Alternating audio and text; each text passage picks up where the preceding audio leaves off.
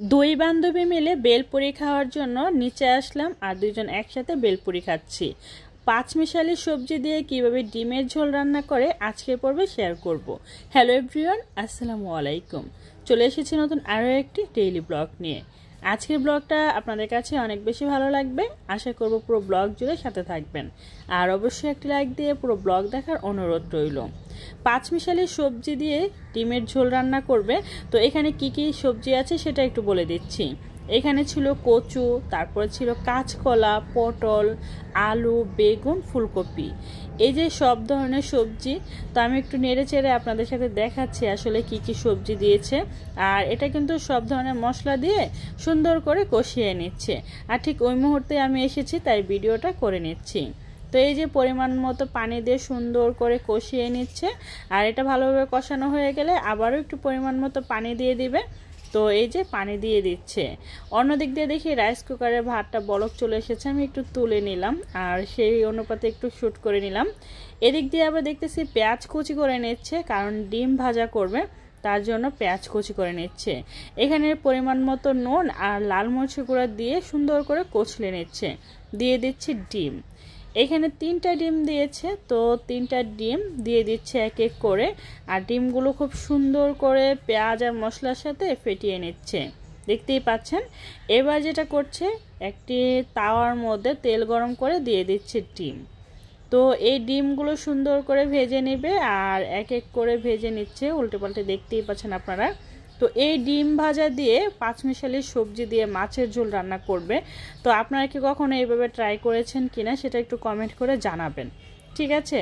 আমি তো কখনো ট্রাই করিনি, তবে বান্ধবীর বাসায় এটা আমি টেস্ট করেছিলাম, বেস্ট ভালোই হয়েছিল। তো এই যে এক এক করে 3টা ডিম ভেজে নিচ্ছে। এই যে দ্বিতীয়টাও দিয়ে দিচ্ছে। তো এইভাবে করে না 3টা ডিমে সুন্দর করে ভেজে নিয়েছে। আর ভাজা হয়ে গেলে এই তো আবারও সেই ডিম ভাজাগুলো এই যে এই পর্যায়ে দিয়ে দিচ্ছে। ওই যে নর্মালি যেটা আমরা মাছের ঝোল রান্না করি না, ঠিক ওইভাবে ডিমের ঝোল রান্না করেছে।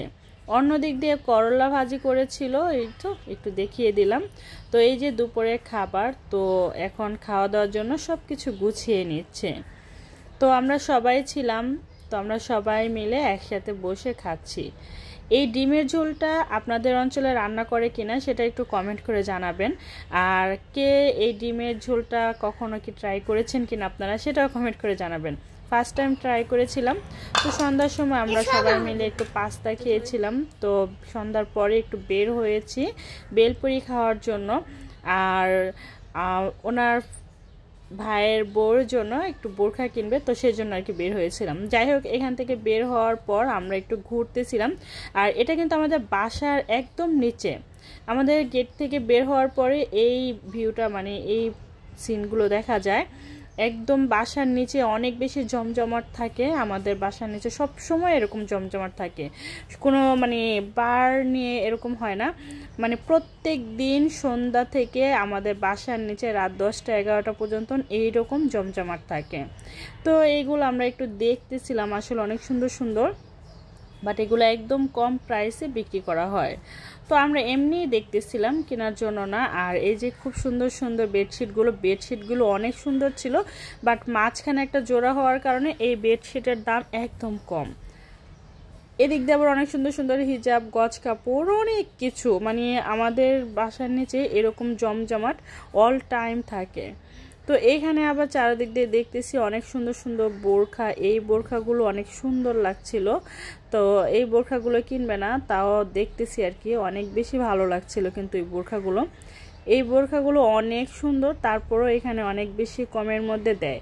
দেখুন বোরখাগুলো কত সুন্দর, তাই না? তো এই যে আমরা একটু দেখতেছিলাম ঘুরে ঘুরে। আর নিচে নামলেই নর্মালি শুধু এগুলো ঘুরে ঘুরে দেখি। মেয়ে মানুষ বলে কথা, এগুলো দেখতেই ভালো লাগে।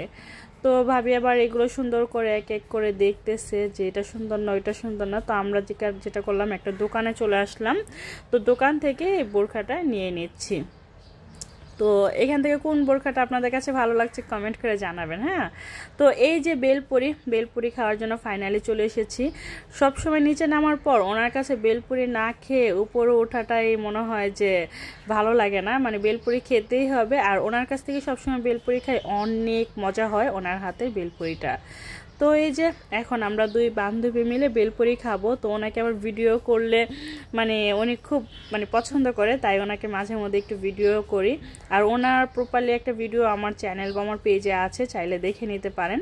তো এই ছিল আমাদের আজকের ব্লগটা কেমন লাগছে অবশ্যই কমেন্ট করে জানাবেন।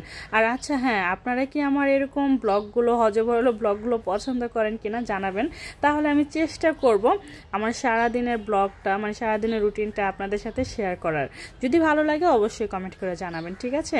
তো এই যে দুই বান্ধবী মিলে এখন বেলপুরি খাবো, আর বেলপুরি খাওয়ার পর অনেক বেশি ভালো লাগে, কারণ বেলপুরি, ফুচকা, ঝালমুড়ি আমার অনেক পছন্দ। সবাই ভালো থাকবেন, সুস্থ থাকবেন, আল্লাহ হাফেজ।